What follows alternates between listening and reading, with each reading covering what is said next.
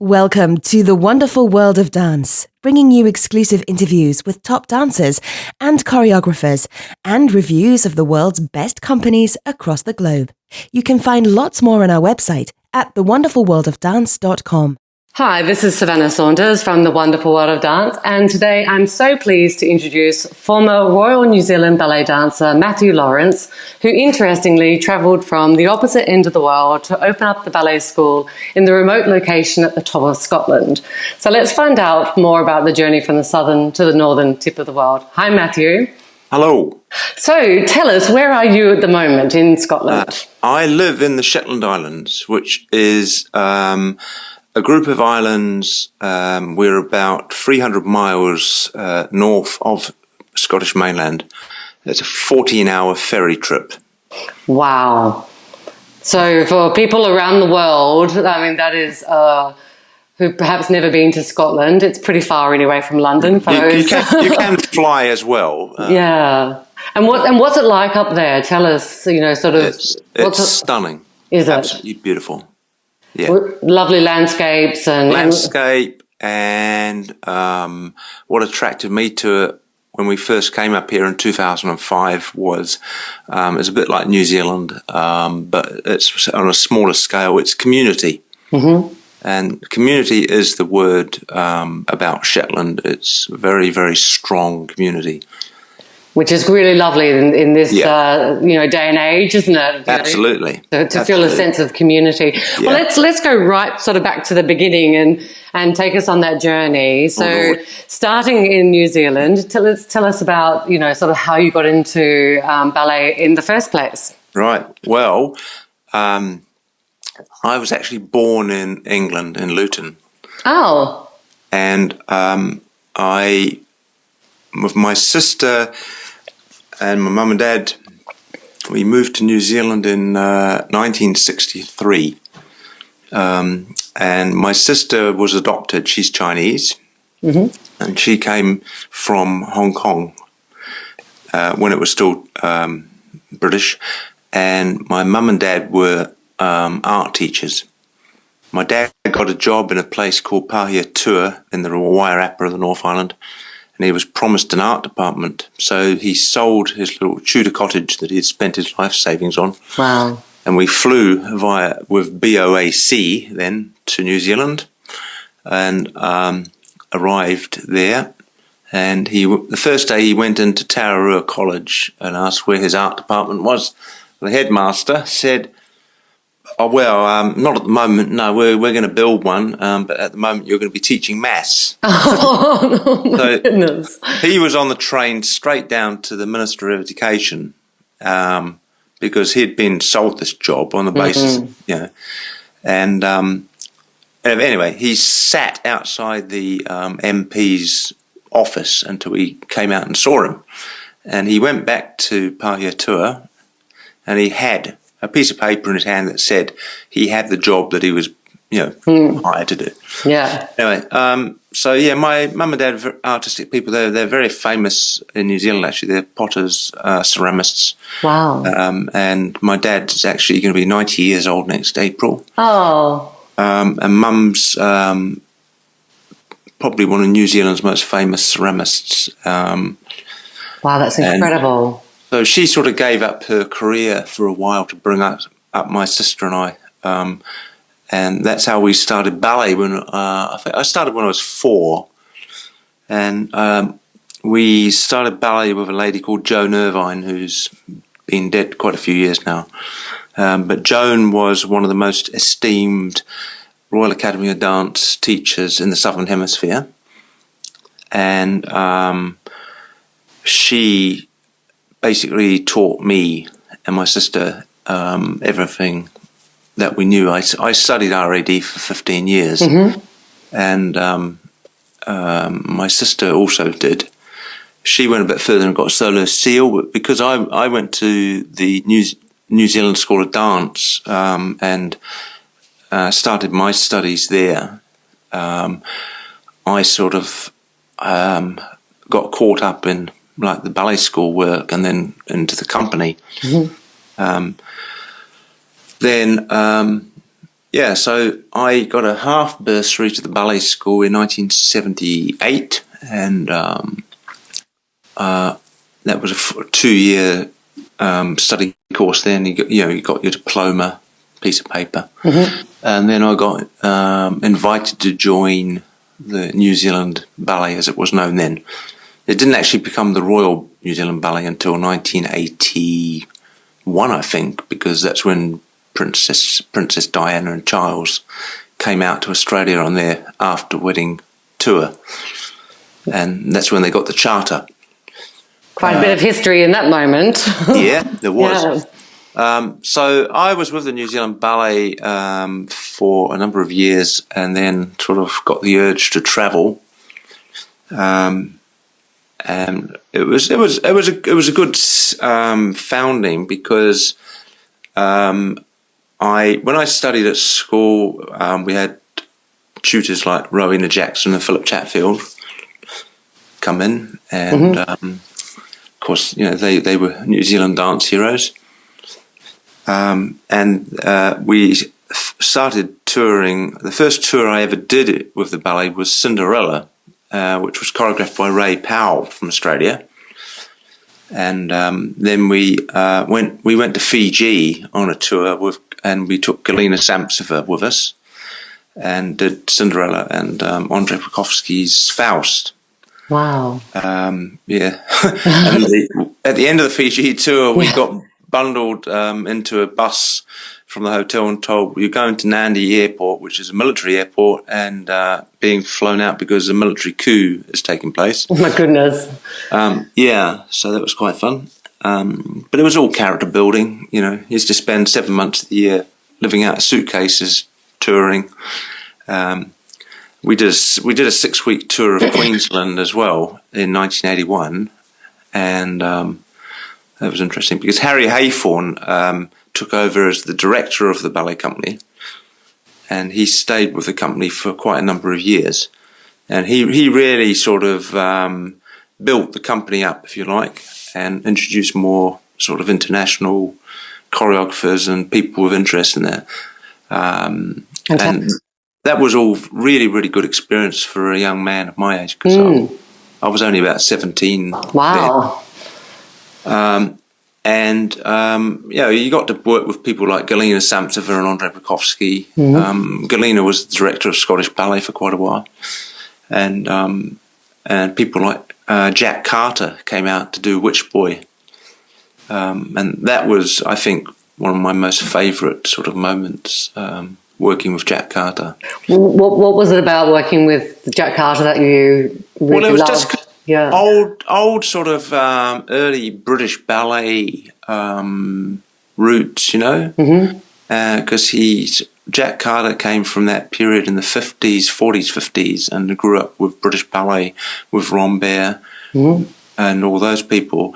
So it was amazing, because when I went over to Europe, and I was in London for a while before I went touring around Germany looking for a job, and I went to the English National Ballet to watch a performance, and there was Jack Carter sort of sitting against the wall during the interval, and I went up and said, "Hi, you remember me?"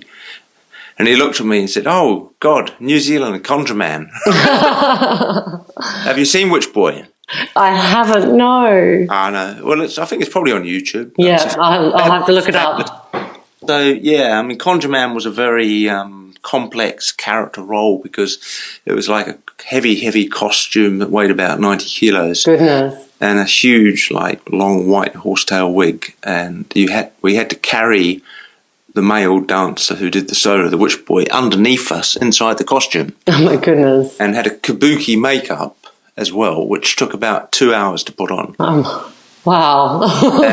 So when you're touring in northern Queensland in temperatures of 45 degrees, having to perform that in a theatre that's not air conditioned, I can't imagine it. Yeah, it was pretty hard stuff, but it was fun when you look back on it. Yeah. So anyway, the last ballet I did with the New Zealand Ballet was La Solfège. And then I went over to Europe, and I went touring around all of Europe on a rail pass that my mum and dad bought me. I went around Germany, I went around France, I went around Sweden and Denmark, Norway. I went everywhere. One of the last places I went to in Germany was a theatre in Krefeld, Mönchengladbach, and I got offered a contract there because I was a Kiwi, and the husband and wife artistic team knew a guy called David Peake, who had worked with Russell Kerr in Christchurch in New Zealand. So yeah, talk about small world.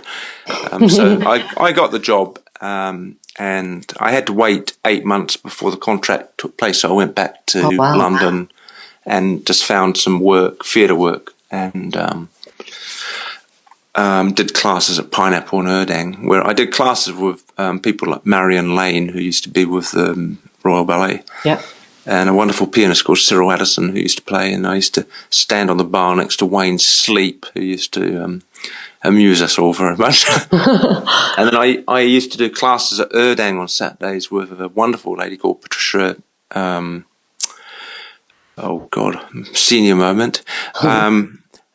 Patricia, it'll come to me. It'll come to you, yeah. And she was with the International Ballet back in the 50s, and she danced with Moira Shearer and people like that. Mm-hmm. And I remember walking into the Erdang dressing room one day getting changed for class, and this young small man walked in and was getting changed, and I was looking at him thinking, my God, he looks awfully familiar. And then we went upstairs, and Messer was teaching the next class in the studio, and he'd come out to get a glass of water from the canteen, and he went, "Oh, Misha, how are you?" And it was Baryshnikov. Oh my God! And I was going, "Oh my God!" I was getting my jockstrap on in the face of royalty. And there's Baryshnikov in the same changing room. Oh my goodness! But that was great. Yeah, what a great moment. Hello. It was. Yeah. But you could do class, and you'd have all sorts of people from the Royal Ballet sort of come in to do class. And it was just nice, and you could sit and talk to them, and especially because I'd come from the Royal New Zealand Ballet, so that had a bit of power because there's only 3 Royal Ballet companies in the world.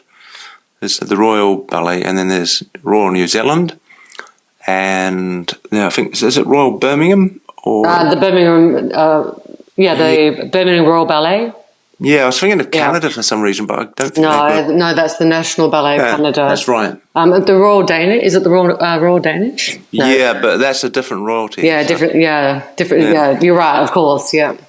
So it was good because, and of course, when I came over to London, I caught up with people, and I caught up in touch with Galina Samtsova, and I used to go around and see her on the weekend. We'd sit and share a bottle of wine and talk about things.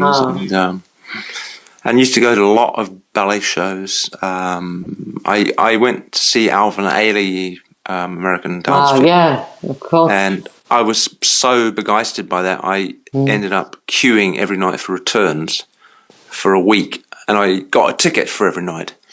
And that was brilliant. And to cut forward to there, Alvin Ailey Dance Company came to Edinburgh Festival Theatre the year before last, and I said to my pupils here in Shetland, you must go and see this company. Absolutely. Unmissable. So 2 of my parents booked tickets, and I actually I went both nights to see both shows, and my pupils were in the audience. And one of my senior pupils stayed on for the question and answers they did after the show. So it was a fab experience. Yeah, amazing.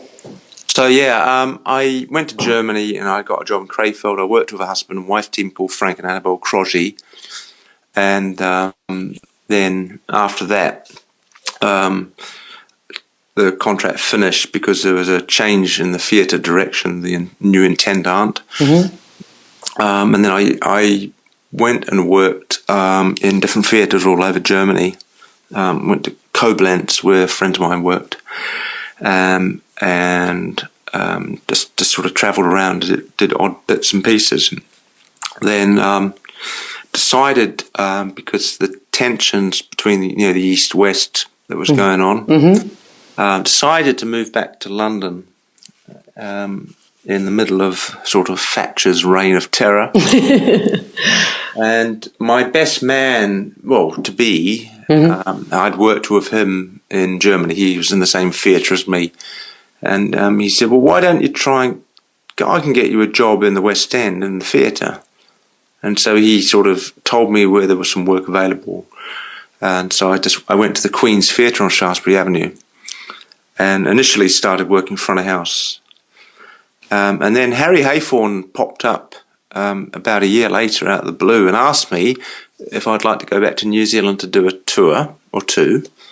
So I ended up going back in '89 and doing 2 tours with the Royal, as it was then, the Royal New Zealand Ballet.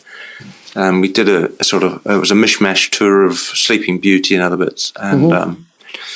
And then Malcolm Byrne, who is a South African dancer, choreographer, a stroke, whatever, he put on Romeo and Juliet. So we did that. And that was kind of my swan song with the Royal New Zealand Ballet. And then I decided to come back to London after that. And the day I got back to London, I walked into my old theatre stage door on the Avenue and bumped into the master carpenter and said, he said to me, "Oh, have you been away?" Yeah, been away for like 5 months, you know. And he said, "Oh, well, we need a crewman. Do you want to do some crewing backstage?" And I said, "Well, yeah," because I hadn't, I didn't think, dancer jobs then were pretty hard to get. Okay. And so good experience backstage as well. Yeah. I started a long period of doing crew work, and the first show I worked on backstage was called Single Spies of Alan Bennett and Prue Scales, and that was fabulous. And then I worked on the very first show with John Barrowman and Elaine Page, which was Anything Goes, the Cole Porter musical. And then I worked back to the Queen's and worked on Shadowlands with Nigel Hawthorne and Jane Lepetier, which was a play that was turned into a film. And then I ended up at the Phoenix Theatre for 8 years working on a show called Blood Brothers. It's famous, isn't it? Yeah. And I was a flyman on that, which I'd never flown anything before. Well, what's a flyman? Well, you're the guy that's up in the roof of the theatre flying in very big heavy flats. And it's quite a technical, hard job because, believe it or not, you do have to be musical to do that because you have to do it, everything has to be on time and fit. Yes, I can imagine. So, yeah, I did that for 8 years. On the same show, and I used to go and do other matinees and other shows when they were sort of desperate for someone to cover, and so yeah, that was great. And then I met my then wife, who a mutual friend, because I was a member of the theatre union. She told my wife, now my ex, if you want to know about setting up a union branch, go and see Matthew at the Phoenix Theatre.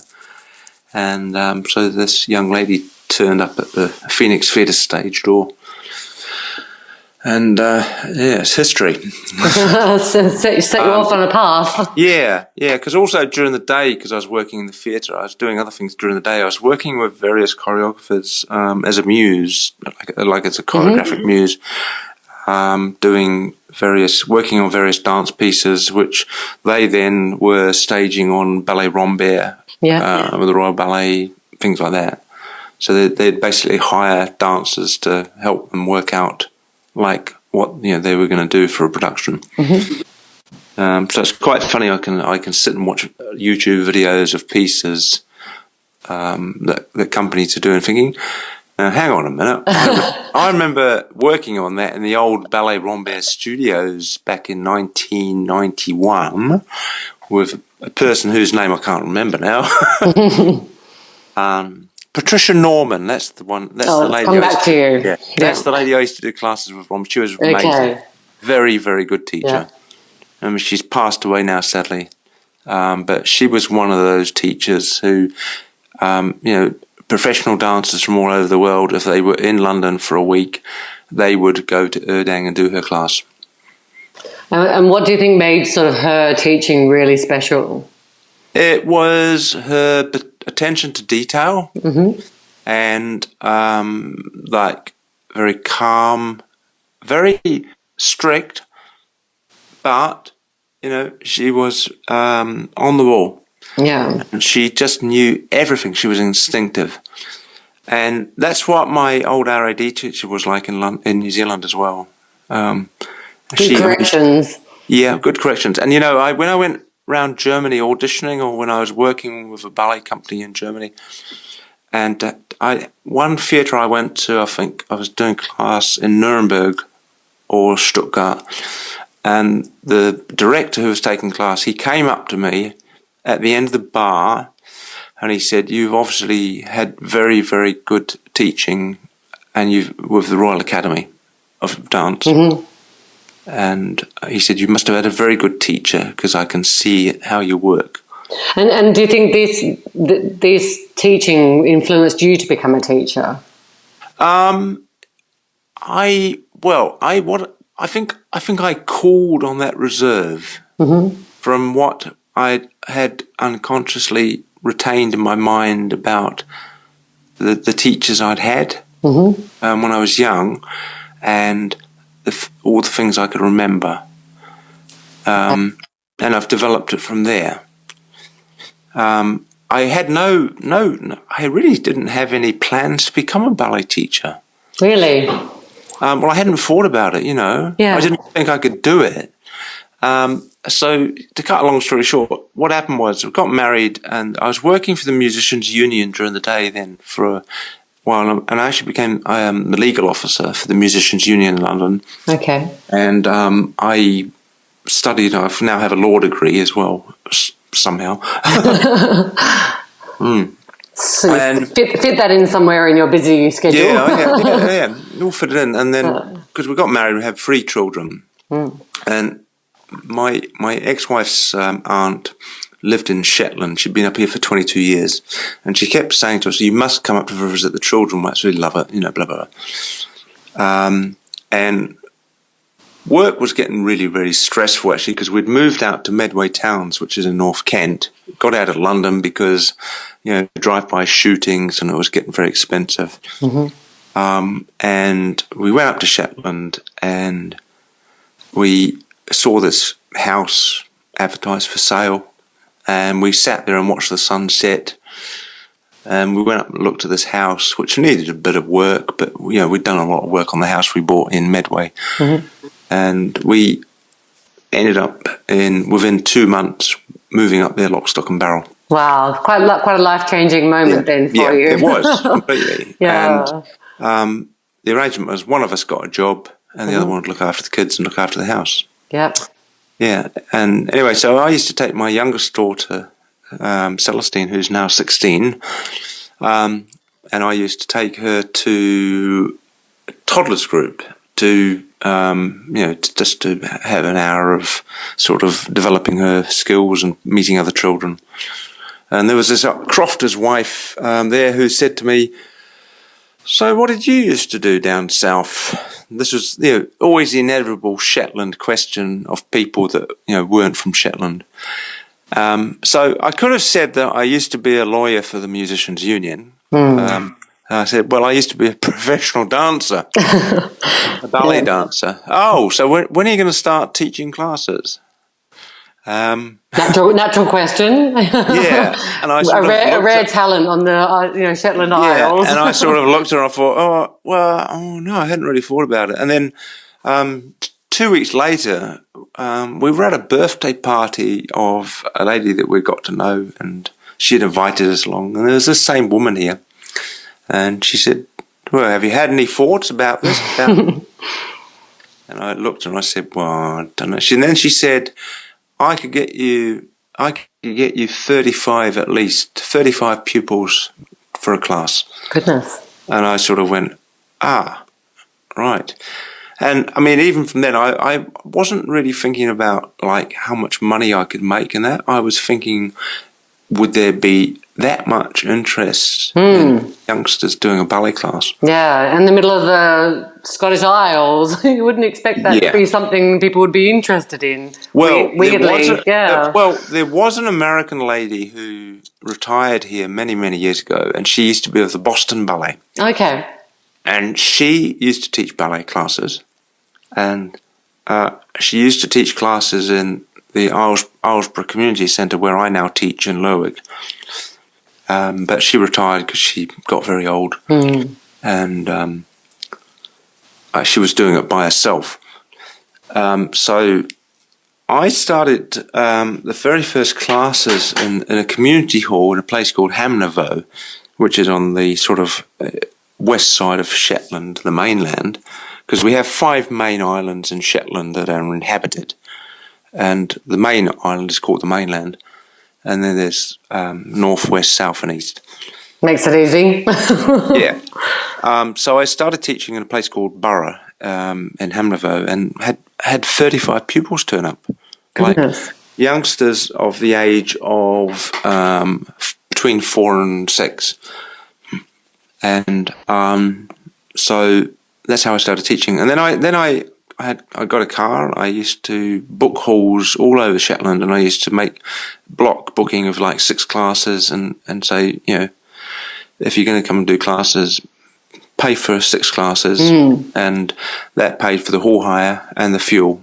And so very, very slowly. And then I got a job through a charity which was set up called Arts Play, which was basically getting artists like dance, which was very new to Shetland, me, and like artists like painters and plastic artists who dealt with sort of things, to go to the Shetland Line Council schools, preschools, the nursery schools, during school time, and do sessions, and we were paid like, you know, we'd invoice them for our time and our mileage. And so I did that for a year and went, around many, many nursery schools all over Shetland. A lot of driving, but it was fun. I enjoyed it, and that's how I developed my classes.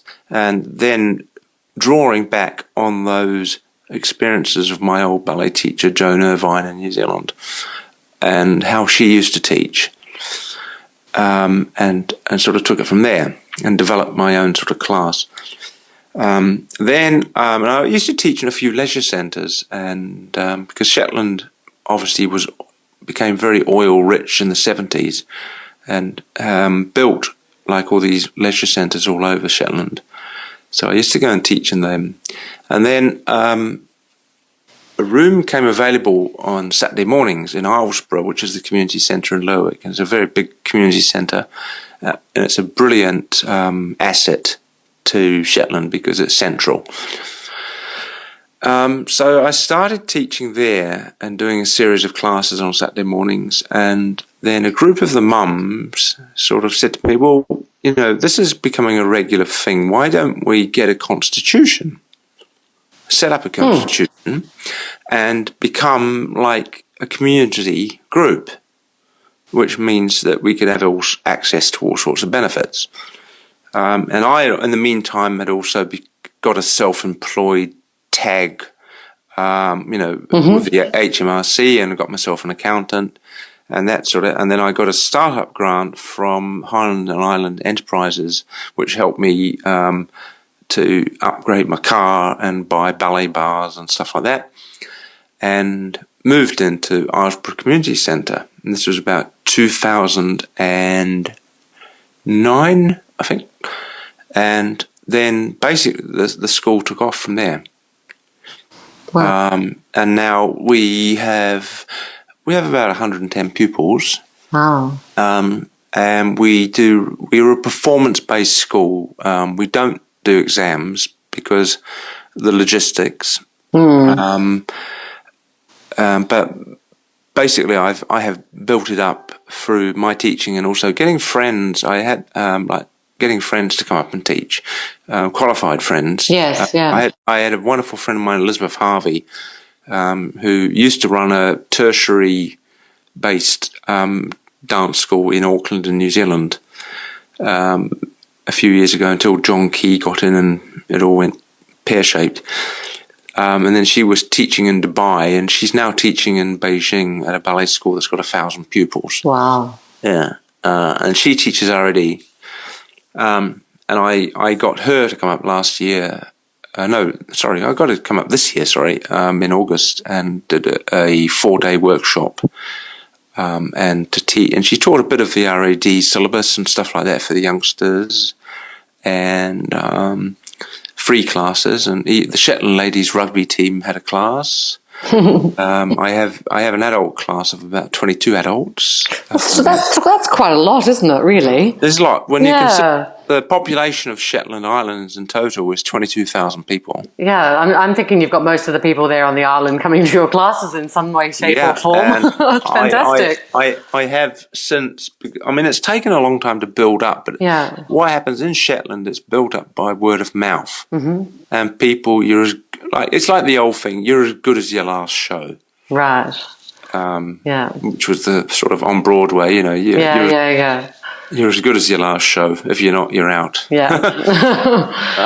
But it's sort of building up a reputation, and I've always been very steady and had a sort of a steady approach to how classes will be run, and again, thinking of how my old teachers used to run their ballet school, and the same sort of approach. And being constituted, of course, means you have all the child protection stuff in place. Absolutely. I have pupil helpers. I use some of my senior girls to help in classes, which gives them experience. Yeah, fantastic. They have a volunteering thing, like for young I think it's the Duke of Edinburgh Award voluntary scheme and stuff like that. So that's all good. A good thing for them, because it gives them the initiative to help. And what's the most pleasing thing is that since 2 years ago, I've now got 2 pupils down on Scottish mainland who I taught from scratch. They both got unconditional offers to Scottish performing arts colleges to do HNCs in vocational. Yeah, fantastic. Which is a diploma. Yeah, and I've got another pupil who's looking at doing this next year. That's brilliant, isn't it? Really. And I've got more pupils who are coming up through the ranks. So that for me is the most satisfying part of it all, is seeing these youngsters grow up. Yeah. And we do quite a lot of performances, because we get quite a few opportunities to do things in the year. And we've tied ourselves with the local drama group, because we always they always do a musical every year. So I always end up doing the choreography and dance for whatever show they're doing, and I get pupils of mine involved into that as well. So it gives them a good all-round experience. It's quite your career has been obviously so long, so varied, from, with the preeminent ballet company of New Zealand, which has a really good reputation still, to working backstage and then representing artists and then moving remotely and building this up over time, as you say. But you will leave not only a legacy in terms of the school, but also for the community in terms of like embedding dance and making that part of the Shetland culture, or helping to flourish that as part of the culture. You see, my thing was, my motto when I first set up the teaching and that here was, and I know it sounds corny, but I used to have flyers and that and things I'd leave in shops, and I'd say, Shetland Community School of Ballet, just dance for fun. Yeah. And that's always been my emphasis. Anyone can dance. I mean, absolutely. My adult ballet classes, my oldest pupil was 82 years old. That is so wonderful. And tell your student that we love her or him. That's amazing. That's so fantastic. Yeah. And quite a lot of the older people that are up here that've come to live in Shetland used to do ballet when they were young. Oh, so you never lose the love of it, do you? Really? No. I don't believe you do, anyway. No, but Yeah. it keeps me going, keeps me sane. Yeah. Well, let me ask you one final question, because I think you know the importance of dance and providing training opportunities and dance opportunities and dancing for fun opportunities within the local community in areas outside of main cities is so important, which is why I think really interesting to hear what you have built up in Shetland. And I think I just want to say to all those listeners out there, or potential students or potential dance teachers or school owners who are thinking, I'd love to do this myself, or wow, that's something I'd love to be able to set up in my remote community or my community that's outside of the major cities. I want to say to them all to get in touch with you, or check out your Facebook page, the Shetland Community School of Ballet, to hear from you about how you really did this, to reach out and maybe be able to help some other people in other countries or other locations, learn from what you've done. And I tell you what, just as a last point, because I live in an island community and we are like 14 hours from the mainland. So we have a sort of very centralised NHS system and social work and community work, which is all council run. But because of my work in dance and movement, I'm starting to be asked by health professionals who work with people like with Parkinson's and other neurological conditions to do dance classes.